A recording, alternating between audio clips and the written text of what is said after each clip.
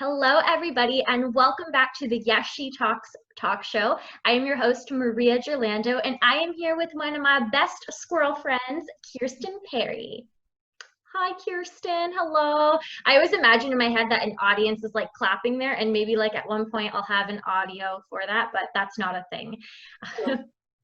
So Kierstyn and I have been friends for a couple of years. She is a boss woman in the entrepreneurship industry and social media marketing.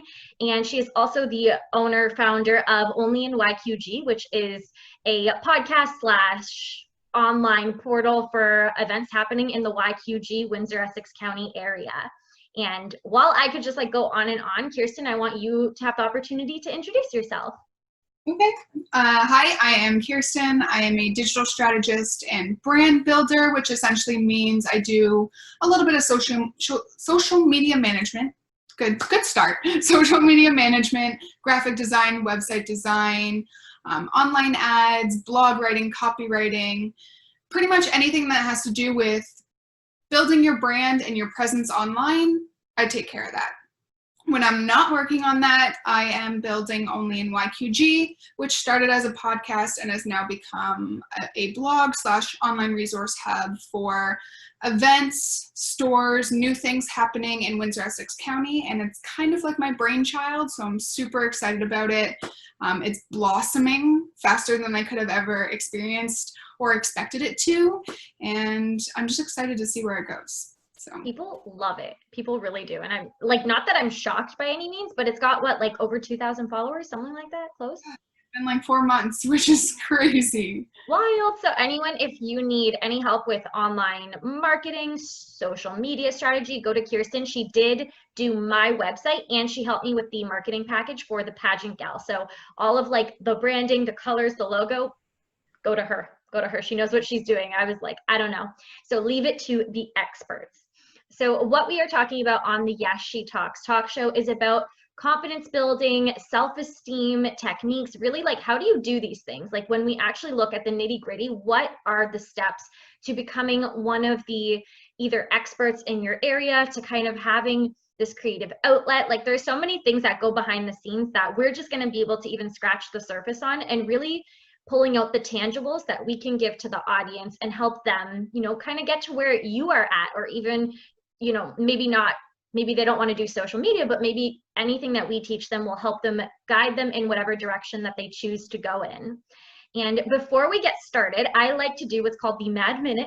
Again, I'm still thinking of another name for it, but I have a couple of this or that style questions based on your life, so our audience can get to know you and we can just kind of like break the ice with our conversation here, okay? Okay, so we're gonna start off the first one pretty simple. Would you rather write a podcast or write a blog? Write a blog. And then would you rather like listen to a podcast or read a blog? Read a blog. I'm very kind of particular about this because I like to be able to search for information and get what I need to know right away. So when you're looking at a blog, you can control find to get your answer and to kind of get to the point fast. Whereas I find when you're listening to a podcast, you're there to listen to the whole thing. Yeah, you're there for the ride. Also, love that in the background, kind people are my kind of people. Yeah. I love it. That's just so perfect for this. Oh, right. Vegan or regular food? Oh, I'm in the middle. I try to eat vegan like 3 days out of the week, and the rest I do eat meat, I eat eggs. So I'm torn, but I found a lot of really great vegan recipes that I just can't pass up. If you wouldn't, because I know you kind of, when you tried to go vegan, your body was like, nope. But let's say if your body didn't say nope, do you think you'd still be a vegan though? Yes. 100%. So I think that's the answer. Is that I'll ease into that again. But yeah, I just kind of did it way too fast, cut cold turkey, and then lots of health issues. So tip of the iceberg. Next question. Would you rather create content for social media or web design? Social media 100%, because I think it's just super open-ended and there's so much you can do. I know, that's the fun part of you. Squats or sweets? Oh, old school. I know. Both. I hate this thing. It's supposed to be fun. I don't mean to stress you. And for anyone who doesn't know, Kierstyn used to have an Instagram page called called Squats Over Sweets, where she would provide like fitness content, just empowerment about like health and eating. And she also became a personal trainer at one point. So You did. good little fun fact there. Old days. Yeah. Oh, back in the day. Years ago. But I say both. Both squats and sweets. Love it. I love the gym. I love working out, but I love candy. So there's got to be a balance. There is. My apologies. We got water everywhere. Gym or paddleboard? Oh, gym for like a regular routine. Paddleboarding if I'm looking to spice things up a little bit. Like a little bit of spice in our life. And the last one, Windsor or Toronto? Windsor. I will say that forever because people say all the time that they want to leave Windsor. And I'm telling you, if you think that, you should go because you're going to realize how much Windsor, Essex is amazing. And you'll just see for yourself because I saw it and that's exactly why I started only in YQG. That would be me. I would be like that sad lost puppy that was like, I want to go home. I love that. And obviously, again, these questions were tailored towards your life. So if anyone wants to follow KP and everything and learn a little bit more about her, I'll be leaving the links to her social media down below. All right. Do you feel warmed up, KP? Do you feel warmed up? It's like a workout. Those were like some of the harder questions I'm realizing. It's supposed to be fun, but I'm like, ooh, maybe I'm taking them too seriously. We'll have to see. I do my research. Now, the first question that I like to start all of my guests off with is focusing on the term live life alive. And this is kind of the new platform that I've been creating for myself, not only in pageantry, but with the way that I live my life, because I've learned through my own experiences that we fall into this autopilot mode where we are just kind of existing and we're going through the motions and we're not really present in each day. And then on the contrary, in the last couple of years, I've actually really known what it felt like to feel alive and feel the ups and downs of life and really take each day and make it my own. Like whether it's eating breakfast, I'm present eating breakfast, driving to work, or winning a pageant. There's a difference between just living and going through the motions. And I want to know, what does the term live life alive mean to you and how does it show up in your life? Yeah, absolutely. So ever since you kind of made this your platform and made it known, I've been thinking about it a lot. And I think that for a good portion of my life, I was just stuck in the mundane. I was just doing what I thought I was supposed to be doing at that age, at that time in my life. And it didn't necessarily mean I liked it. It didn't mean that I didn't like it. I was just kind of stuck in the middle. So for me, living life alive means taking things to the next level, challenging yourself, pushing yourself outside of that comfort zone, because in order to be alive and have no regrets and be proud of everything that you've done, you have to push yourself. You have to kind of get out of that comfort zone. So I guess in a nutshell, that's what I would say. In my day-to-day life, in order to live life alive, I would say that I'm always looking for ways to be better and do better, whether that's through reading or taking courses or working out. I try in every area of my life to just make sure I'm living that to my full potential and doing the best that I could possibly be doing for myself in that very moment. So yeah, I would say that right now I am living life alive much more than I was like 2 years ago. Hashtag live life alive. Absolutely love that answer. And everyone's is so different, but it still falls along the same lines. We all just describe it in such poetic ways. I'm like, I don't want to keep describing it. I'm going to let you describe it because you just have such a unique perspective in life that no one else has, right? You only have your point of view. And we're going to go a little bit deeper into some of the things that you mentioned and really kind of take our audience through that journey of your life, because I know you mentioned that there was points in your life where you were just going through the mundane, like what you felt like you had to do. And I want to know, was there a specific point in your life that really stood out where you really realized, oh, I'm not living? And what did day-to-day look like for Kierstyn in those times of like just mindlessness and autopilot? I wouldn't say that there was necessarily one point in my life.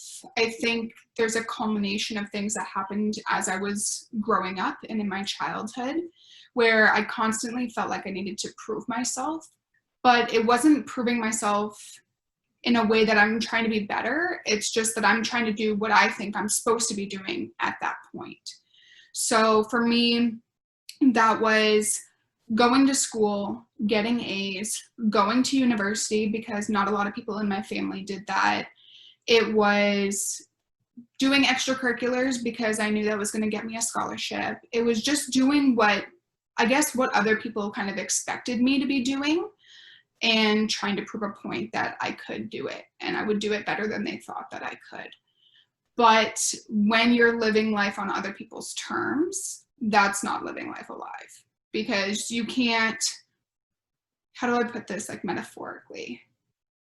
You can't really live off of other people's oxygen. You have to live off your own oxygen and kind of let that fuel you into bigger and better things. But for me, for a good part of my life, I was just living off of other people's hopes, other people's dreams, what other people wanted me to do. So yeah, I wouldn't say there was really one particular moment. It was just a culmination of how I grew up in my childhood. Of course. And that's why I always like to ask if there was like one moment that stood out. And I'm sure in your mind, like you can think back to a day or a time or a circumstance where it really just like sticks out in your mind as the time when you weren't really present in those moments. And maybe those still come up, because honestly, I feel like I'm going through one of those times right now where I'm definitely relying a little bit more on other people's validation and expectations. And this is just putting me right into check and being like, if I'm not living for me, if I'm not doing this because I want to first, and then, if it appeases my managers, my parents, whoever, then I'm not living life alive. So note to self, everyone, we're all still learning and we're all just doing our best every single day. Yeah. Now, say that things are great for me right now. There's always times in your life where you're going to be getting that direction from other people. You're going to seek out answers, even though deep down you have all the answers inside of you.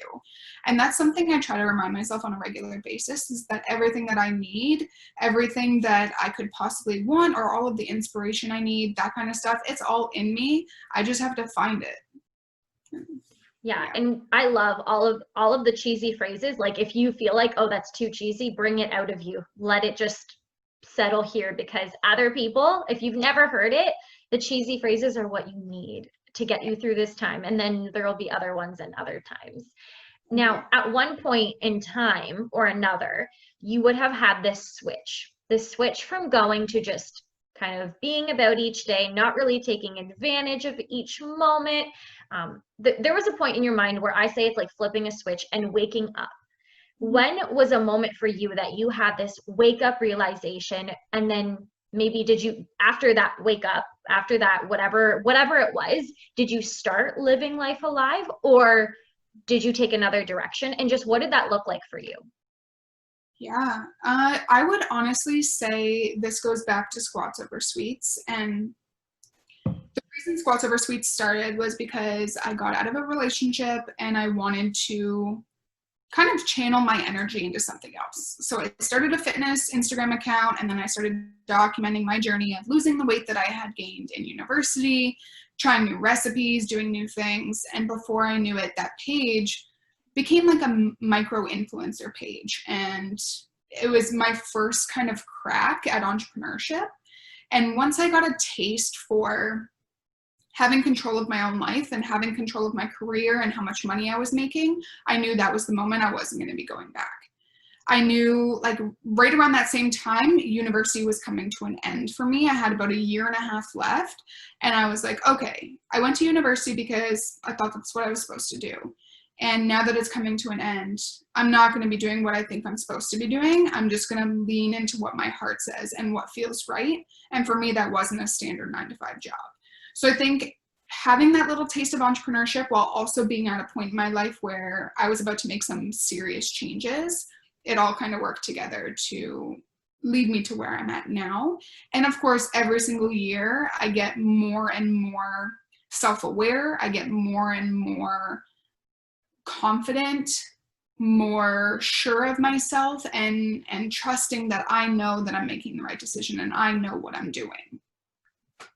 Yeah, and you might never know. Like sometimes you will never know the right decision for you, and you can never expect anybody to tell you what's the right decision for you either. But I always like to say, when I meet like-minded people, people aren't like us. Like, we're kind of weird because we like personal development and we like to grow and kind of do that soul searching aspect. Like, we don't want what's the society's standard. We don't want the social norm. Like, we're very different in that way, but sometimes we don't even realize it. So that helps us grow, and that helps us connect to our inner confidence and to our inner purpose, and in turn to live life alive. But other people are not like this. Other people aren't. And sometimes when they get a taste of what it's like to live with this sense of awareness, it scares them away, or it makes them realize, like, oh, there's good, there's bad. Like, no, I want to go back and retreat to being safe or wherever I was at. Why do you think people do this? Why do we not embrace this concept of living and embracing the highs and lows and wanting more for ourselves? Fear. I think that people are just scared. They're scared of what's on the other side. They're scared that they're going to try something and it's not going to work, or they're not going to be as good as this other person. They're scared of what's going to happen financially. They're scared of not having a pension, not having benefits. They're just scared. And I think that fear is the root of all Happiness. Not happiness. Evil.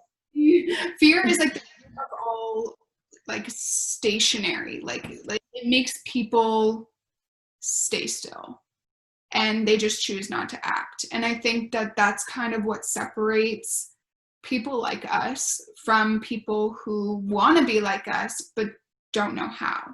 It's that level of fear. And I had it.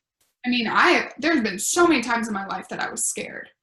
I'm still scared every time I make a decision. The amount of times that I've wanted to stop freelancing and wanted to go work for somebody else because I'm like, how am I supposed to do this? Like, how am I supposed to raise a family? How am I supposed to get married and take vacation? And when am I going to retire? And like, I get in my head like that.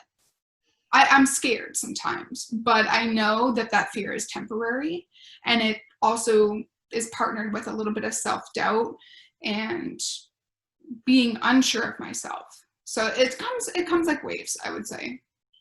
Of course, but automatically, just the fact that you can be more aware of it will help you process those emotions even more. And like I said, it's been a weird week, and it's definitely been coupled with fear. Like, it's been weird in a good way, because I know, like, I just started a new job, personal training, and I'm so afraid to not succeed in this job because I know it means, like, do I have to fall back on my nursing career, which I know I don't love. So it's a good kind of fear. It's a fear of wanting to do well because I know I'm so meant to be doing this. And it's a good thing, and it makes me more aware, and it's okay to be upset and get frustrated and have those downfalls.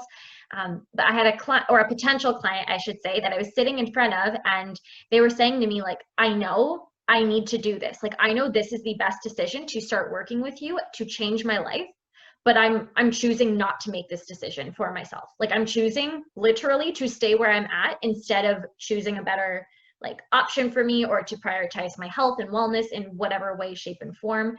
And you know, like, there's nothing, I can't do anything at that point. I'm like, I can help people transform their lives, but I can't help you if you can't take that first step. And sometimes overcoming fear, the first step is the hardest, because it's like swallowing the pill, but then that's all you have to do. Sometimes you just have to make that first step. What is your best piece of advice for giving people that push to make that first step? Stop researching. Because I find that a lot of times when people want to do something, they get caught up in researching how other people are doing it.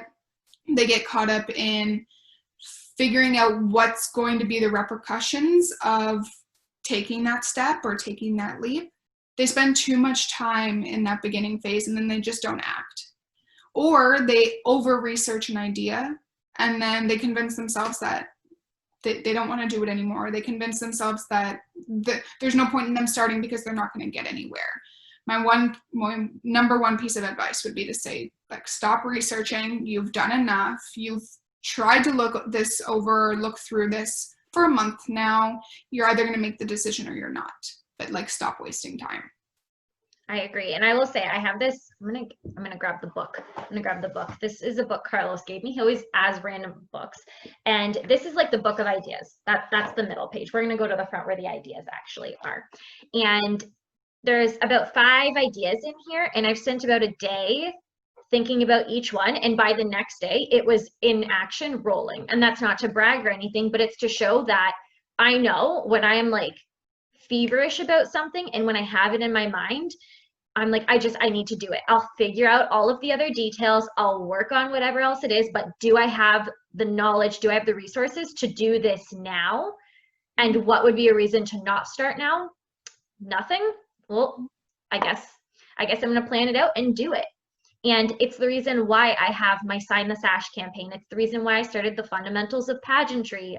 Yes, She Trains, and now my Miss Queen of the Screen course. I love these names. Like sometimes I just need a name and I'm like, I've got to do this. So it all comes from taking that first step though. And I was so worried, especially now I'm going to be hosting this online pageant, which Kierstyn, you should totes apply for because your interview is just amazing. You and Nat, I don't know what I got to do, but you're both going to apply for it. I was so worried because I'm like, do I want to have a limit on contestants? And like, should I limit it to 20 or 25? But I'm like, am I even going to get 25 people? And now I'm just blown away by the amount of support and energy and the interest in it. And it would not have happened if I didn't just start and post about it and just do it. Just That's do it. literally my whole life, because I think when people see me from the outside, they're like, oh, she's doing this now. Oh, she's doing this now. Okay, I thought she was doing this, but now she's doing this. Yeah, because I'm not sitting around wasting time trying to figure out the best way to do something. I just do it, and then I learn along the way. And if it works, fantastic. If it doesn't, then I pivot. Like squats over sweets was what I needed in that very moment. And it was great and I loved it. And then that is what got me into social media management, because I grew my own brand. And then I started doing it for other people. And then I started doing web design, which I taught myself. Like I just throw myself into these projects and embrace the failure, because it's going to come regardless. And I'm not going to sit back and just regret the fact that I was stagnant and I just sat trying to figure everything out before I even did it. I know. And I even remember a couple of years ago when I was definitely not as creatively inclined doing all of these ideas. It was just like each day rolled into the next. And whenever I get afraid or I start to think about these ambitions that I have and being like crushed and let down, like I'm competing for Miss World Canada in a couple months, and nerves and fear are all written within me because I just want to do well. And I remember a time where like I didn't even have ambition, and how just like heartbreaking that is. And I would rather be crushed. I would rather be hurt. I would rather come home and cry because I didn't get the thing, or I didn't win, or I wasn't successful in any of these avenues, rather than go back to living a life where I just didn't feel anything every day. And not that I was like numb, but it was just the idea that I was not striving for more, and therefore I wasn't feeling more joy. It was just like whatever came, came. But I promise one thing through and throughout, I would take the good days and the bad days. I would take the 10-minute breakdown I had yesterday and, the successful pageant fundraiser tomorrow. Like I would take it all over just a stagnant line of mundane living. Because before you know it, that stagnant line becomes like your life ends at some point, and that's just going to be your life. And people say no regrets, but like you don't want to get to 70, 80 years old and look back and think, I wonder what would have happened if I went to school for this, or I wonder what would have happened if I tried to start that business. Like that's like my number one fear in life, is getting to that point and thinking, wow, I wasted my life. I didn't even do it. I didn't do those things that I wanted to. And I will say it's a great piece of advice. I work in long-term care, and whenever I have someone I'm able to have a conversation with, I always ask, like, what is the number one piece of advice for life? Because they just have 80 years of wisdom, 90, 100, some of them. So just everything and more, like that is where the true like advice lies. Like find some people who've been through it, who've done that, or go online and research a little bit of research, not too much. I know we touched on that, but just look up the regrets of the people who tried to take their life and were unsuccessful, or who've had a near-death experience, and see what they say. The people who've had cancer and were given weeks to months to live but survived. Listen to what they have to say, and that will truly help wake you up and start living and actually living life with no regrets. Because I think we say that, but we actually don't know how to live it. Yeah. And now, Kierstyn, what are you doing moving forward? I know you've got a lot going on, but what does life look like for you? Like, you're in a great place right now, and I love to hear that. And like, you know, there's going to be ups and downs, but what does the next even week or year of your life look like, and what are you striving for? Well, so many things. I feel like I'm always working on so many projects, but in my personal life, my goal is that before Christmas, my partner and I will have a house. We have been house hunting since January, which means, depending on when you're watching this, it's been about 8 months.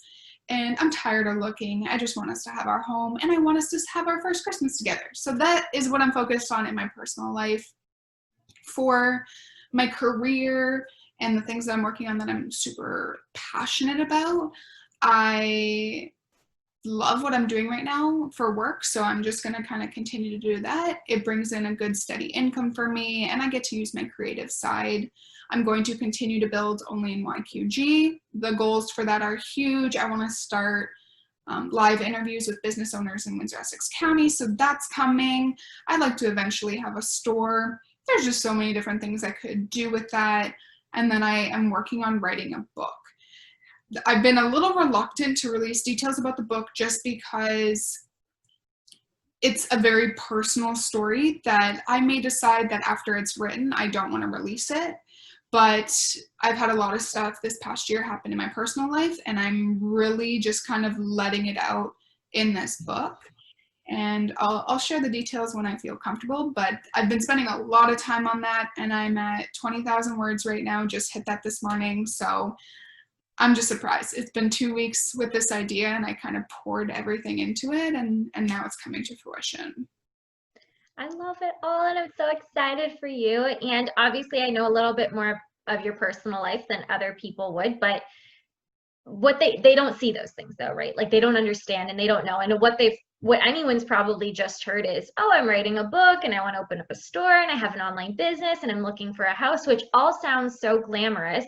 But there are people maybe watching and listening who are like, oh my, like, writing a book, what? Meanwhile, that was just you a month ago, and like, I mentioned the idea of writing a book. So for those people who are at square one, who are ready to make a change, they don't know what it is, but they want to go, they're fueled with energy and they're empowered to make a change, what would you recommend as their first step? Talk to somebody who is in the spot that you want to be in, because there's nobody that's going to know how to get you there faster than that person. So I always leave my DMs open, and I always encourage people to reach out to me, because if somebody wants to be a social media manager, or they want to write a book, or they want to go vegan and try that, like, ask me about it, because I have the experience in it. I can tell you what works and what doesn't. The shitty stuff, the great stuff, I can tell you it all. And that's what I did when I first started. I took a look in our community and I looked at the people that were doing what I wanted to do. And I had a conversation, and it was easy as that. But having that person kind of in your corner at that for you, it's going to help motivate you, and it helps hold you accountable. So that would be my number one piece of advice.